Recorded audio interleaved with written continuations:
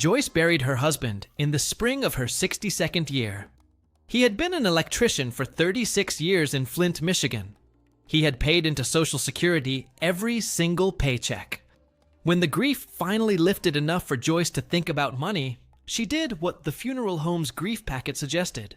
She went to the local Social Security office and filed for her own retirement benefit. Her monthly check was modest, around $1,100, because she had worked part-time for most of her life, raising 3 children.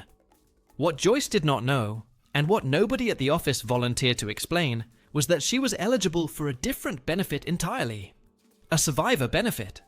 Based on her late husband's earnings record, that survivor benefit would have paid her roughly $2,100 a month at her full retirement age, nearly double what she was receiving.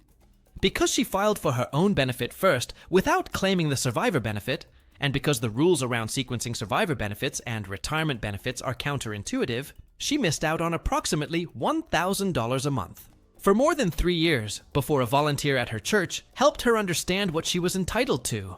That is $36,000 of lost income. Real money gone forever, because the system does not proactively tell widows what they qualify for. Today, I am going to explain exactly what that survivor benefit is, how it interacts with your own retirement benefit, and how to claim it in a way that maximizes every dollar you have earned the right to receive. Before we continue, I need to give you my standard disclosure. This video is for educational purposes only and is not personalized tax, financial, or legal advice. Consult a qualified professional for guidance on your specific situation. Social Security decisions are among the most consequential financial decisions you will ever make. And the rules around survivor benefits contain nuances that deserve a careful conversation with a trained benefits counselor. Let me start with the basic structure. Social Security survivor benefits are available to widows and widowers based on the earnings record of a deceased spouse. If you were married to the deceased for at least 9 months before their death, and you are at least 60 years old, you generally qualify for a survivor benefit. The age can drop to 50 if you are disabled, and there is no minimum age if you are caring for a minor child of the deceased. The benefit amount you can receive ranges from 71.5% of your deceased spouse's benefit if you claim at age 60, up to 100% of their benefit if you claim at your full retirement age for survivor purposes.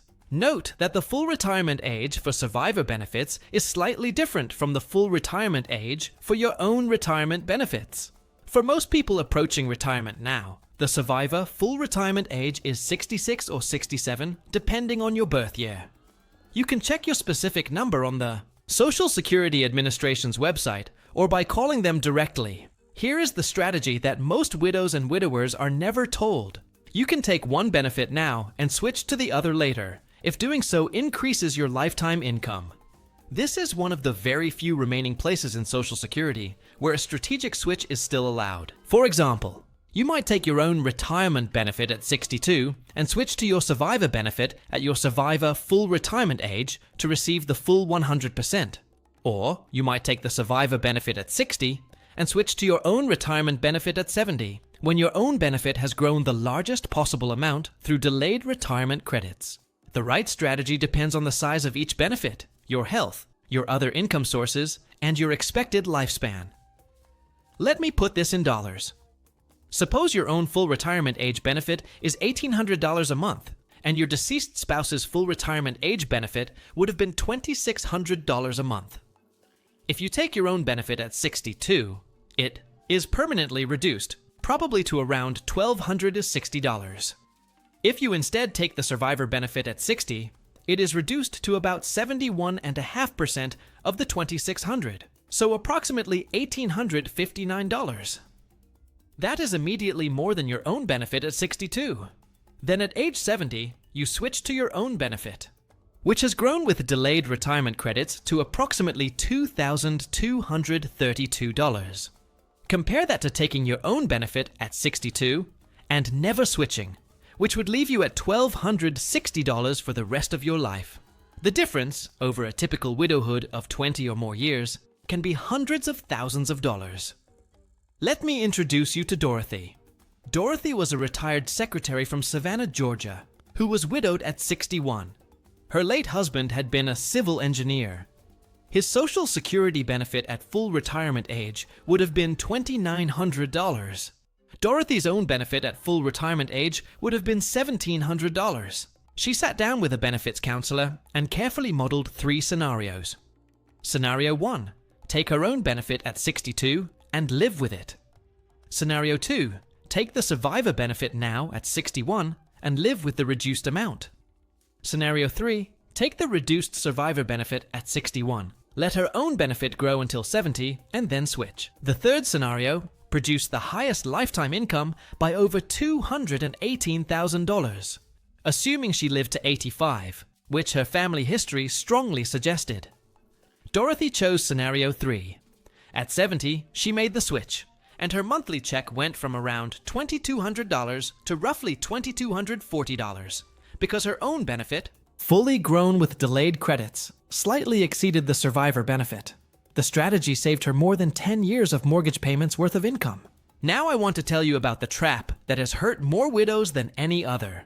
When you file for Social Security, the default behavior of the local office is often to help you file for whichever benefit you are directly asking about. If you go in saying, "I need to file for Social Security," they may walk you through your own retirement benefit and never mention survivor benefits, especially if you do not say the word survivor or mention that you are widowed. You have to be specific. You have to say, "I am a widow, and I want to explore both my own retirement benefit and the survivor benefit on my deceased spouse's record. And I want to understand all the sequencing options," those exact words. Without that specificity, you may receive the benefit you requested, not the benefit combination that maximizes your income. The second trap is the assumption that remarriage disqualifies you. This is often not true. If you remarry after age 60, you do not lose your survivor benefit on your deceased spouse's record. If you remarry before age 60, you generally lose it unless the subsequent marriage ends through death, divorce, or annulment, in which case you can reclaim the benefit. A lot of widows delay remarriage until after 60 specifically to protect the survivor benefit.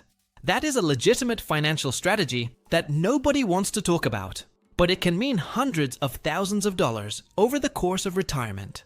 If you are contemplating remarriage and are close to 60, a conversation with a benefits professional about timing is worth every minute. The third trap involves the earnings test.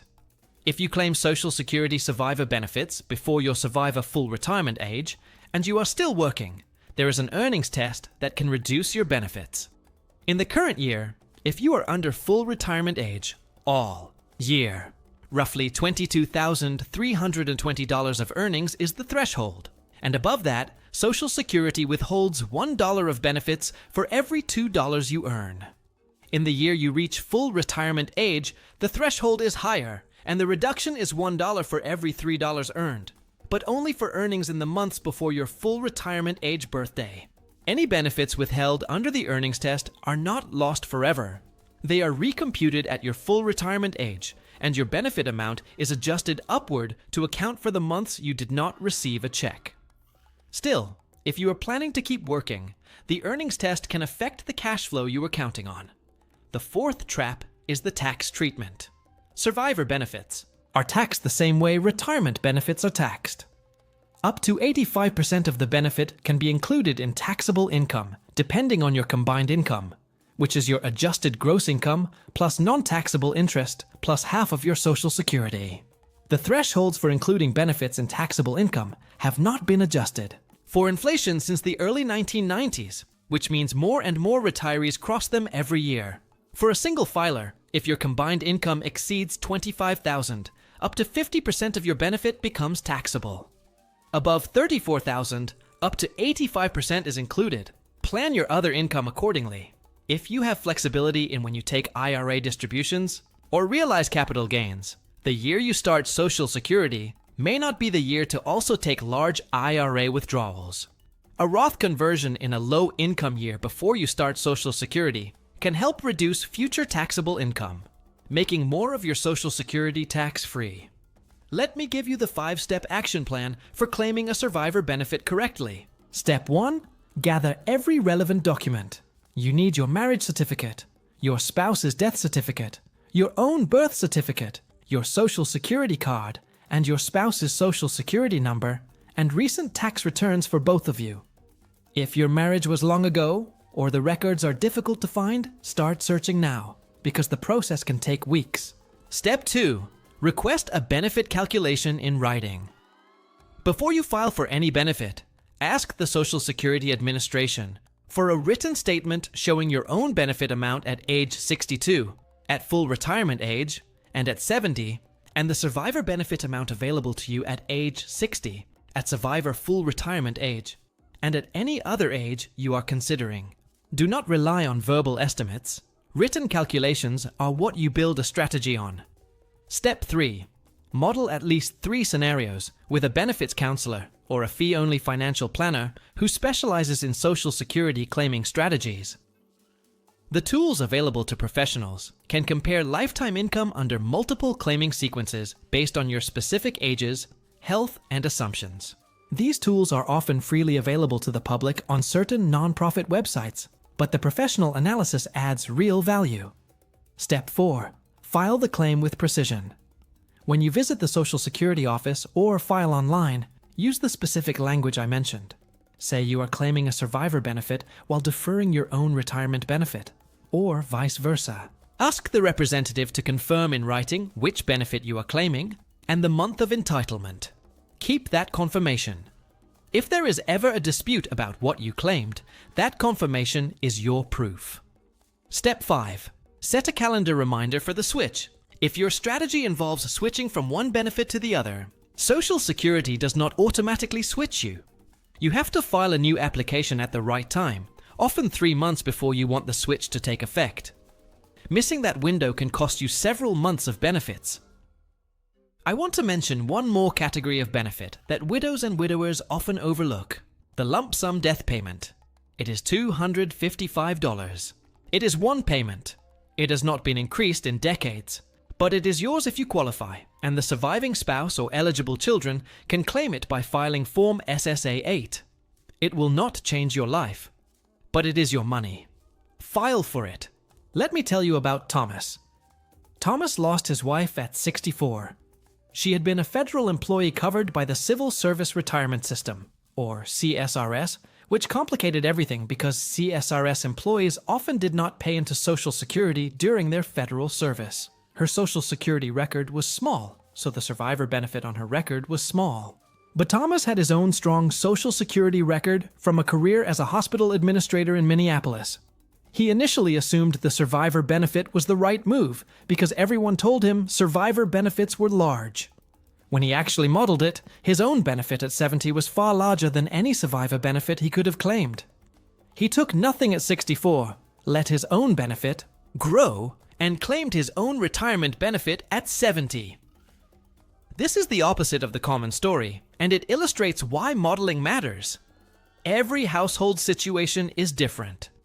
The strategy that maximized Joyce's income, claiming a reduced survivor benefit early and switching to her own at 70, would have been wrong for Thomas, because his own benefit was always the stronger one. I want to address the question of divorced widows. If you were married for at least 10 years, divorced, and your ex-spouse later died, you may still qualify for a survivor benefit on their record as if you had remained married. This surprises people. The 10-year marriage rule is the key. Your ex-spouse does not have to have been unmarried at the time of their death. You can claim on their record as long as you meet the other eligibility criteria. If you remarried before 60, you generally lose access to this benefit, but if you remarried after 60, the survivor benefit from your deceased ex-spouse remains available. This is the kind of rule nobody tells divorced women in their 60s, and it has meant real money for many. Another often missed point: you can apply for survivor benefits in person, by phone, or online, but survivor benefit applications often still require a phone or in-person conversation because the system has historically not automated survivor claims as fully as retirement claims. Be prepared for the process to take several appointments. Bring a notepad. Write down the names of everyone you speak with. Get everything confirmed in writing. The Social Security Administration does its best, but the complexity of survivor rules means errors happen, and a paper trail is your protection. Let me also mention Form SSA 1724. This is the application for amounts due to a deceased beneficiary used when a Social Security recipient passes away. And there are benefits due for the month of death. Social Security benefits are not prorated. If your spouse passed away on the 28th of the month, the full month's benefit that would have been paid on the next payment date is generally not paid to the deceased, but certain amounts due may be payable to eligible survivors. Check with the administration about what you are entitled to. This is small money compared to the lifetime survivor benefit, but it is still your money.